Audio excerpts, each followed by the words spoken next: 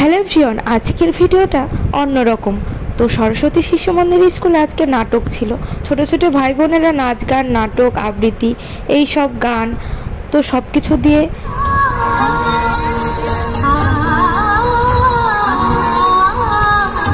সুন্দর সন্ধ্যাটা তৈরি করেছে।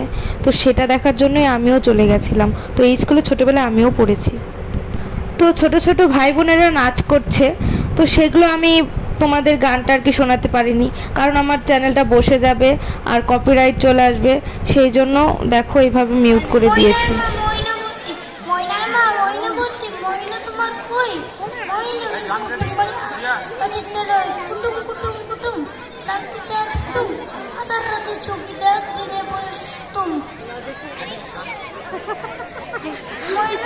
তানিয়া আয়ুষ্মান চলে আসবে।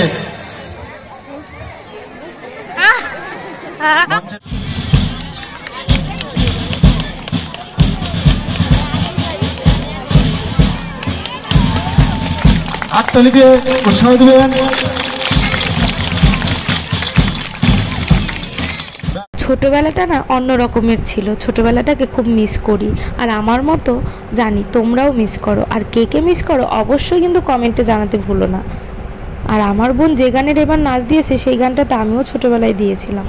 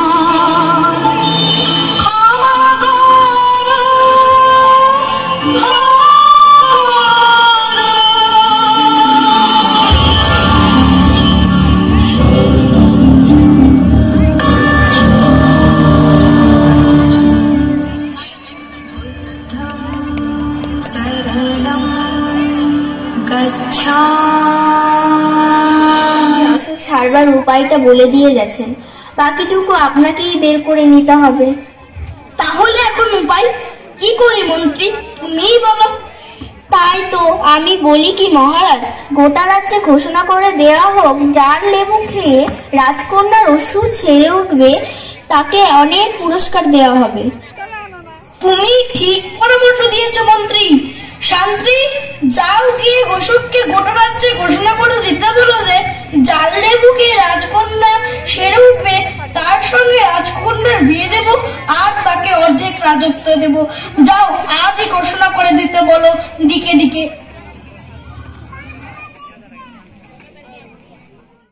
সবাই শুনুন,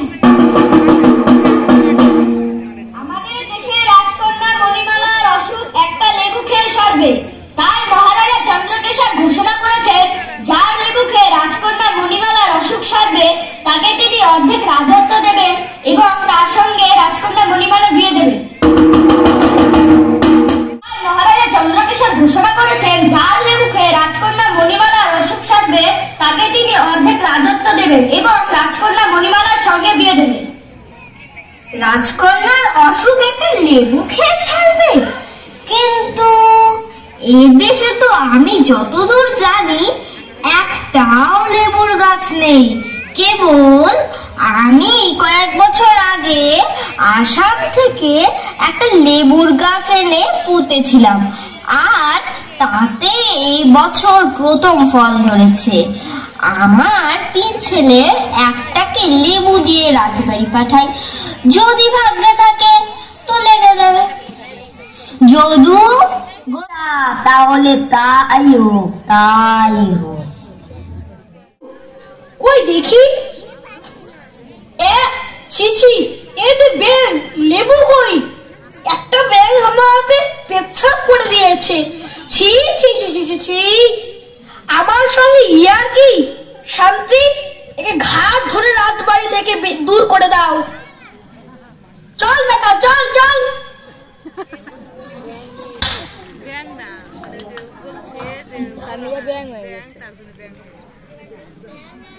তোমার ঝুড়িতে কি আছে?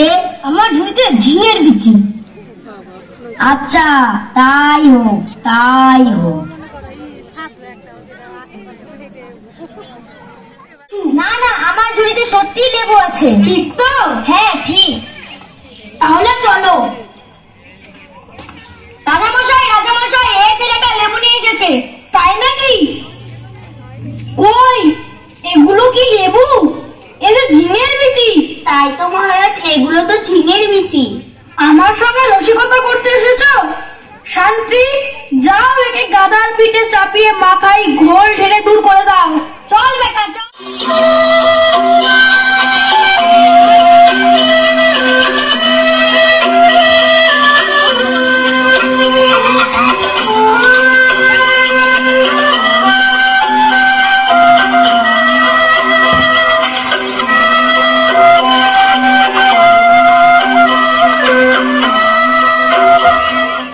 মানিক, ও মানিক, তোমার ঝুড়িতে কি? আমার ঝুড়িতে লেবু আছে। সেই লেবু খেয়ে রাজকন্যার অসুখ ভালো হবে। তাই হোক, তথাস্তু।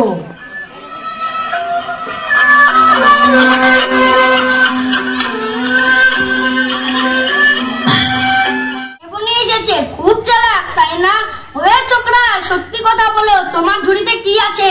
সত্যি বলছি শান্তি মশাই, আমার ঝুড়িতে লেবু আছে। আবার মিথ্যা কথা, সত্যি কথা বলো, তা না হলে মানে মানে কেটে পড়ো। না না, আমার ঝুড়িতে লেবু ছাড়া আর কিচ্ছু নেই। তুমি আমাকে রাজার কাছে নিয়ে চলো। যদি আমার ঝুড়িতে লেবু না থাকে তাহলে আমার গর্দান যাবে। ঠিক তো? হ্যাঁ ঠিক। সব তাহলে চলো, কিন্তু মনে রাখো, লেবু না থাকলে গর্দান। শান্তি, একে আমি মানিক লেবু নিয়ে এসেছি, যা খেয়ে রাজকন্যার অসুখ সারবে। কিন্তু জানো, এর আগে দুজন লেবু এনেছি বলে ব্যাং আর ঝিঙের বিচি এনেছিল। তোমার ঝুড়িতে লেবু না থাকলে তোমাকে প্রচন্ড শাস্তি পেতে হবে। আমার ঝুড়িতে লেবুই আছে মহারাজ, আর তা যদি না থাকে তবে আমার গর্দান নেবেন। আচ্ছা, শাস্তির কথাটা মনে রেখো। দেখি তোমার ঝুড়ি নামাও। তাই তো, এই যে সত্যি লেবু।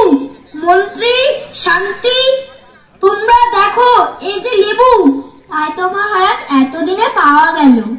মন্ত্রী মশাই, আপনি এই লেবু নিয়ে রাজকন্যাকে খাইয়ে কি হয় তা এক্ষুনি আমাকে জানান।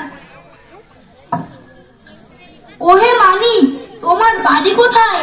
মহারাজ, আমার বাড়ি এখান থেকে অনেক দূরে এক গ্রামে। আমার বাবা এক গরিব চাষি। ও মহারাজ মহারাজ, এক আশ্চর্য ব্যাপার। কি হয়েছে মন্ত্রী, কি হয়েছে? রাজকন্যা মণিমালা লেবু খাওয়া মাত্রই সুস্থ হয়ে গেছে। সত্যি? সত্যি? হ্যাঁ মহারাজ, সত্যি। সে হাসছে, খেলছে, কথা বলছে? হ্যাঁ মহারাজ, সব করছে। সে একেবারে ভালো হয়ে গেছে। ও মন্ত্রী, আমার দীর্ঘদিনের একটা দুঃখ আজ দূর হলো। মহারাজ, বেয়াদবি মাফ করবেন। রাজকন্যা আমার লেবু খেয়ে ভালো হয়ে গেছে, অতএব এবার আপনি আপনার কথা রাখুন। হ্যাঁ ঠিকই তো।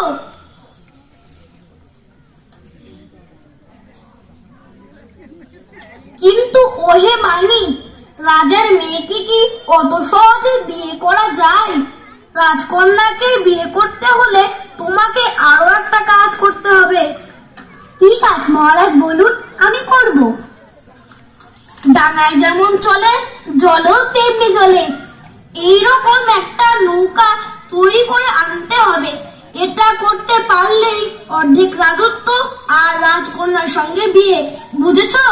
যথাজ্ঞা মহারাজ, আমি 7 দিনের মধ্যে করে এনে দেব। এখন আসি। রাজত্ব আর রাজকন্যার সঙ্গে বিয়ে কি হলো? রাজা বলেছেন, ডাঙায় যেমন চলে, জলেও তেমনি চলে। এইরকম একটি নৌকা বানিয়ে নিয়ে যেতে পারলেই রাজকন্যার সঙ্গে বিয়ে আর অর্ধেক রাজত্ব। এইরকম নৌকা বানানো তো সহজ নয়। এটা করা অসাধ্য ব্যাপার, তবু দেখি চেষ্টা করে পারি কিনা। আমি চললাম নৌকা বানাতে। রাজার বাড়ি যাবে না রাজকন্যার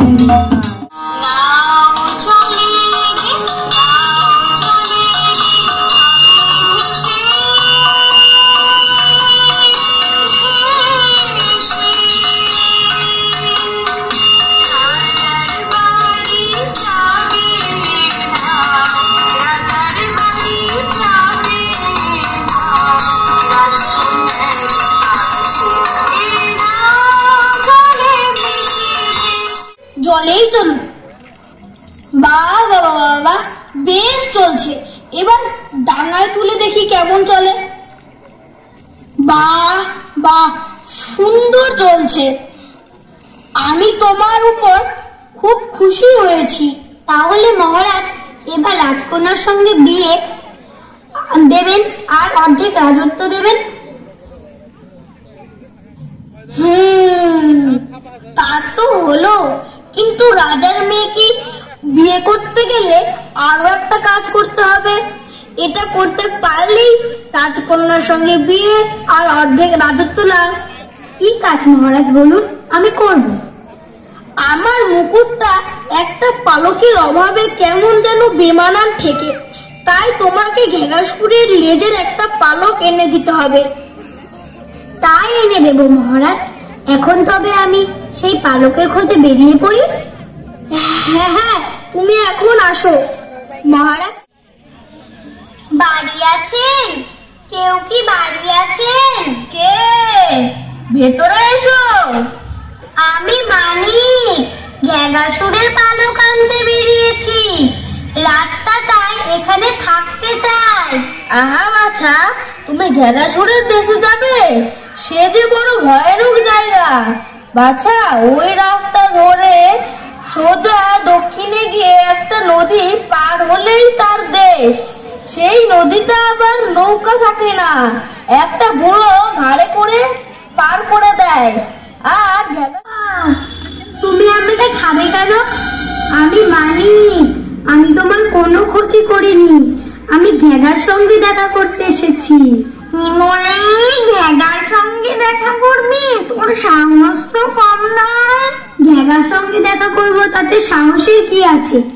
আমি জানি ঘেঘা ঘেঘি খুব ভালো, তাও তোমার মতো নয়। কি বললি? ঘেঘি ভালো? আমি ঘেঘি? তাই বলো, তুমি তো খুব ভালো। তুমি আমাকে মিছি মিছি ভয় দেখাচ্ছ। তোকে দেখে খুব মায়া হচ্ছে, কিন্তু আমি ছেড়ে দিলেও ঘেঘা ছাড়বে না। ওরা সব খাবার সন্ধানে উড়ে গেছে, এই তোকে খেয়ে ফেলবে। যা পালা, এক্ষুনি পালা। আমি তোকে ছেড়ে দিলাম। না, আমার পালালে চোখটা ছোড়া এসেছিল তোমার সঙ্গে দেখা করতে। নন্দ তারি কোথায় গেল সে? সে চোরাকে ধরতে গেলাম, কিন্তু পালিয়ে গেল। কি পালিয়ে গেল? এবার পালালে তোকে এসে খাবো। তা সে চোরা কি বলছিল? সে চোরা কত কি জিজ্ঞাসা করছিল। ওই যে ওপারে ধনপতি শর্মা, তার না না আর কিছু বলছিল না। তাহলে আমি ঘুমোচ্ছি, পাটি। ঠিক আছে।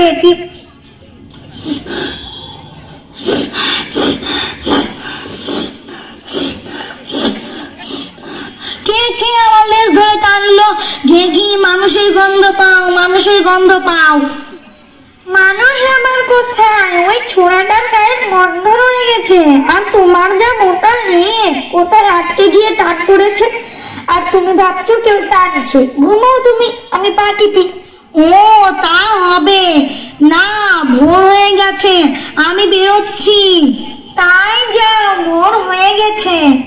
হাউ মাউ খাও, হাউ মাউ খাও, মানুষের গন্ধ পাও। ওরে ছোড়া, এবার পালা পালা। তোমার কথা ভুলবো না, সব প্রশ্নের উত্তর পেয়ে গেছি, চললাম।